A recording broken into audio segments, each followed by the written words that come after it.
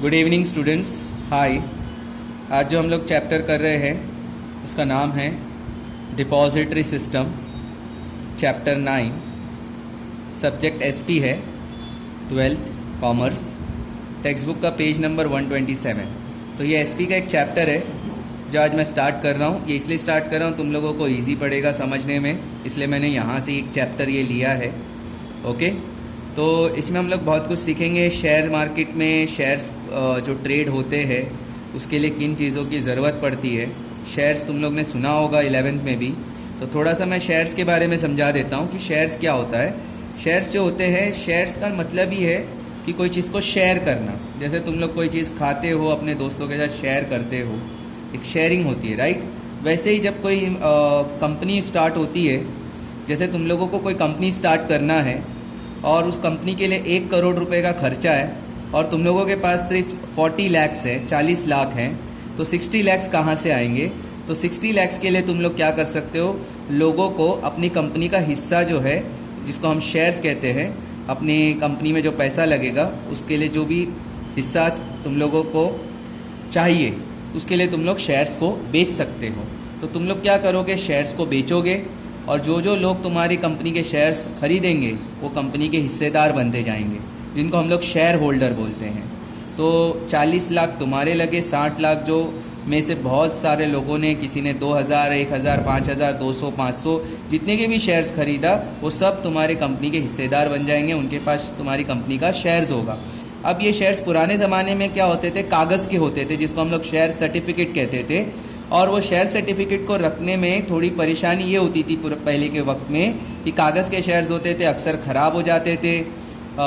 रखे उस पर कभी छोटे कागज़ के कीड़े आ जाते थे, वो खा लेते थे कागज़ को, पीले पड़ जाते थे, कागज़ भीग जाते थे तो ख़राब हो जाते थे। बहुत सारी प्रॉब्लम्स होती थी, कभी चोरी हो जाए या चोरी होने का डर, क्योंकि शेयर मतलब एक पैसा ही होता है, हिस्सा होता है हमारा, प्रॉपर्टी जैसी होती है। वो चोरी होने का डर है, घूमने का डर था, बहुत कुछ। और अगर कभी किसी और को नाम पे बदलना है तो उसको ट्रांसफ़र करने के लिए भी हम लोगों को वहाँ तक के कागज़ के शेयर्स लेके जाओ, फिर उसके पास साइन करो, स्टैम्प करो, ये सारी प्रॉब्लम्स होती थी। तो आज क्या हो गया, अभी जो हम लोग ये चैप्टर में पढ़ने वाले हैं, आज ये कागज़ के शेयर्स को हमारे जो डिपॉजिटरी सिस्टम है उसने उसको इलेक्ट्रॉनिक वे में रखा है।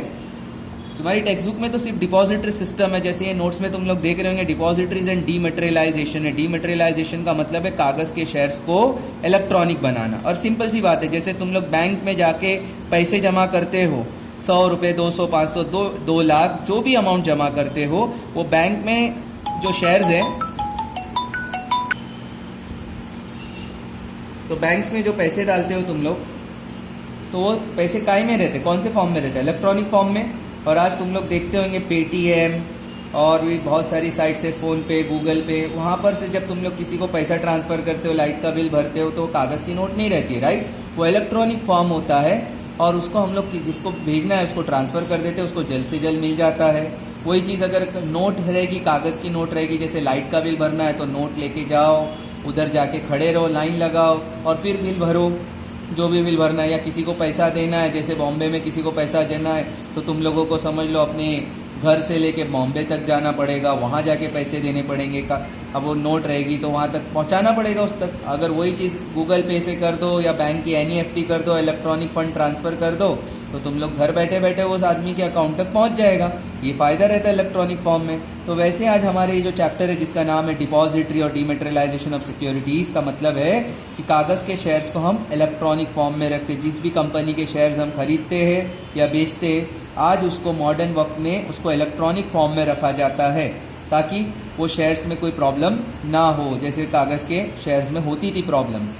तो यहाँ लिखा है इंट्रोडक्शन में, in recent year revolutionary changes, एक बहुत बड़ा बदलाव आया, take place in relation to corporate securities. Corporate मतलब कंपनी की जो सिक्योरिटीज़ है, सिक्योरिटीज़ मतलब शेयर्स हो गए, बॉन्ड्स भी हम लोग इसमें ले सकते हैं, सिर्फ शेयर्स ही नहीं, बॉन्ड्स, म्यूचुअल फंड्स, तुम लोग सब सुनते होंगे म्यूचुअल फंड्स के बारे में, बॉन्ड्स है, डिवेंचर्स है, ये सारे जो कंपनी के इन्वेस्टमेंट्स होते हैं वो सब इलेक्ट्रॉनिक फॉर्म में रखे जाते हैं।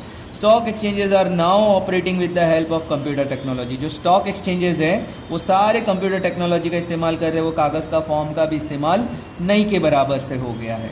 स्टॉक एक्सचेंजेस का मतलब है जो बड़े बड़े स्टॉक एक्सचेंजेस जिसके नाम सुने होंगे, बॉम्बे स्टॉक एक्सचेंज और नेशनल स्टॉक एक्सचेंज है, ये बड़े बड़े स्टॉक एक्सचेंजेस हैं जो आजकल सारे कंप्यूटर से ही काम कर रहे हैं। Transfer of share is now possible, आज हम लोग शेयर्स को ट्रांसफर कर सकते हैं easily and quickly due to depository system. ये जो डिपॉजिटरी सिस्टम है, इस वजह से आज हम लोग अपने कागज़ के शेयर्स को इलेक्ट्रॉनिक फॉर्म में जल्द से जल्द किसी को भी ट्रांसफ़र कर सकते हैं। डिपॉजिटरी का मतलब ही है, जैसे आज हम लोग बैंक में पैसे रखते तो इलेक्ट्रॉनिक फॉर्म में रहते हैं, वैसे कागज़ के शेयर्स जब डिपॉजिटरी के पास रहते हैं तो वो इलेक्ट्रॉनिक फॉर्म में रहते हैं। एंड डीमटेरियलाइज ट्रेडिंग, और हम लोग की जो भी ट्रेडिंग होती है शेयर्स की वो डीमटेरियलाइज्ड होती है। डीमटेरियलाइज मतलब अगर कागज़ की होती तो मटेरियलाइज बोलते हैं, मटेरियल होता है कागज़, डीमटेरियल बोले तो कागज़ के शेयर्स अब इलेक्ट्रॉनिक फॉर्म में होते हैं। सेम जैसे तुम्हारे कागज़ की नोट जब गूगल पे में आती है तो वो इलेक्ट्रॉनिक फॉर्म में हो जाती है, वैसे कागज़ के शेयर्स भी इलेक्ट्रॉनिक फॉर्म में हो जाते हैं। To overcome the problems of physical transfer, जो पहले के वक्त में क्या होता था, फिजिकल ट्रांसफर, जो कागज़ के शेयर्स होते थे जब उसको ट्रांसफ़र करते थे तो बहुत प्रॉब्लम होती थी, 1 से 2 महीना चला जाता था किसी और आदमी के नाम पे ट्रांसफ़र करने के लिए। उसके सर्टिफिकेट लेके जाओ, फॉर्म भरो, स्टैम्प करो, फिर नया सर्टिफिकेट बनाओ, ये सारी प्रॉब्लम्स खत्म हो गई। The government introduce depository act 1996, तो याद रखना है, फिल इन द ब्लैंक्स में भी पूछता है। डिपॉजिटरी एक्ट कब बना? 1996 में। The depository system replace the manual system of share transfer and settlement of transaction. ये जो डिपॉजिटरी सिस्टम है उसने मैनुअल सिस्टम को पूरा बदल दिया। जो कागज़ के सिस्टम थे अब वो पूरे इलेक्ट्रॉनिक फॉर्म में हो चुके हैं। तो ये हम लोग ने यहाँ तक के इंट्रोडक्शन था। अब हम लोग पढ़ते डिपॉजिटरी क्या होता है। तो डिपॉजिटरी एक ऐसा ऑर्गेनाइजेशन है which hold securities in the form of electronic book entries. Depository एक ऐसा ऑर्गेनाइजेशन है जो हमारे कागज़ के शेयर्स इलेक्ट्रॉनिक बुक एंट्रीज में रखता है, मतलब इलेक्ट्रॉनिक फॉर्म में। In the same way a bank holds money, जैसे बैंक हमारे कागज़ की नोट रखती है इलेक्ट्रॉनिक फॉर्म में। आज तुम लोग बैंक में जाते हो, जब अपने अकाउंट का बैलेंस पूछोगे तो वो क्या बताएगा, वो तुम लोग को थोड़ी बैंक में जाके दिखाएगा कि देखो ये कागज़ की नोट तुम्हारी रखी हुई है, तुमने जो डिपॉजिट किए थे। वो तो ये बताएगा, कंप्यूटर में चेक करेगा, वहाँ से अमाउंट बता देगा कि ठीक है ये आपके अकाउंट में इतने पैसे। इसी को बोलते हैं हम इलेक्ट्रॉनिक फॉर्म। तो जैसे बैंक हमारे कागज़ की नोट को इलेक्ट्रॉनिक फॉर्म में रखता है, वैसे डिपॉजिटरी भी रखता है। डिपॉजिटरी एक सेंट्रल सिस्टम है which where all corporate securities are kept recorded in electronic form. एक ऐसा सेंट्रल सिस्टम है, एक ऐसा सिस्टम है जो सारे कंपनी के सिक्योरिटीज को आज इलेक्ट्रॉनिक फॉर्म में रखता है। It also keeps the record of all transaction relating to purchase and sale of demat securities of investors share holders. Depository का काम है जितने भी शेयर्स हमने बेचा या खरीदा वो सारी चीज़ें रिकॉर्ड करता है। कौन? डिपॉजिटरी। जैसे बैंक में पैसा आएगा या बैंक से पैसा जाएगा तो इलेक्ट्रॉनिक फॉर्म में बैंक क्या करती है, रिकॉर्ड करती है अपने कंप्यूटर में, वैसे हमारे शेयर्स की भी रिकॉर्डिंग होती है। और ये रिकॉर्डिंग कौन करता है? Depository. Depository is a nominee of the investors who keep the shares on their behalf. Depository एक नॉमिनी है जो हमारे बिहाफ में हमारे शेयर्स को अपने पास रखता है। Therefore the depository act as a custodian of securities। तो डिपॉजिटरी क्या करता है? कस्टोडियन है। कस्टोडियन मतलब जो हमारे शेयर्स का ख्याल रखता है, ध्यान देता है हमारे शेयर्स को। क्यों ध्यान देता है? क्योंकि मैंने क्या बताया, शेयर्स एक प्रॉपर्टी है।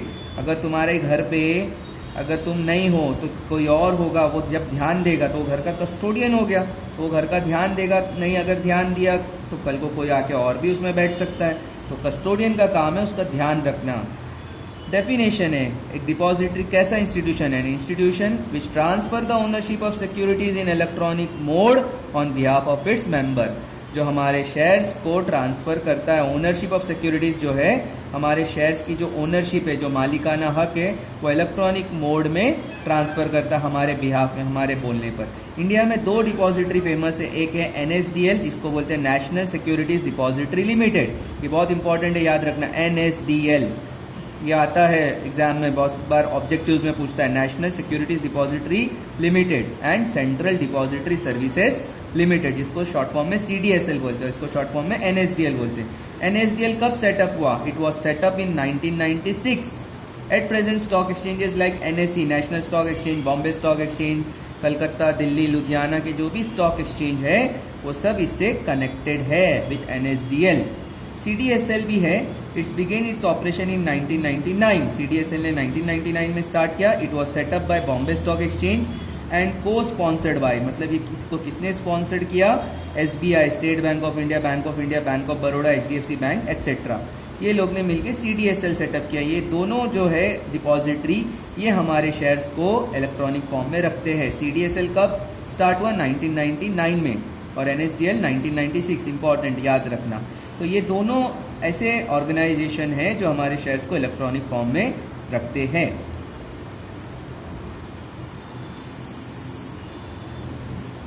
आगे अगर कोई डाउट होगा तो मुझे बताओ। ओके, आगे नेक्स्ट लेक्चर में मैं आगे का कंटिन्यू करूँगा। That's all for that.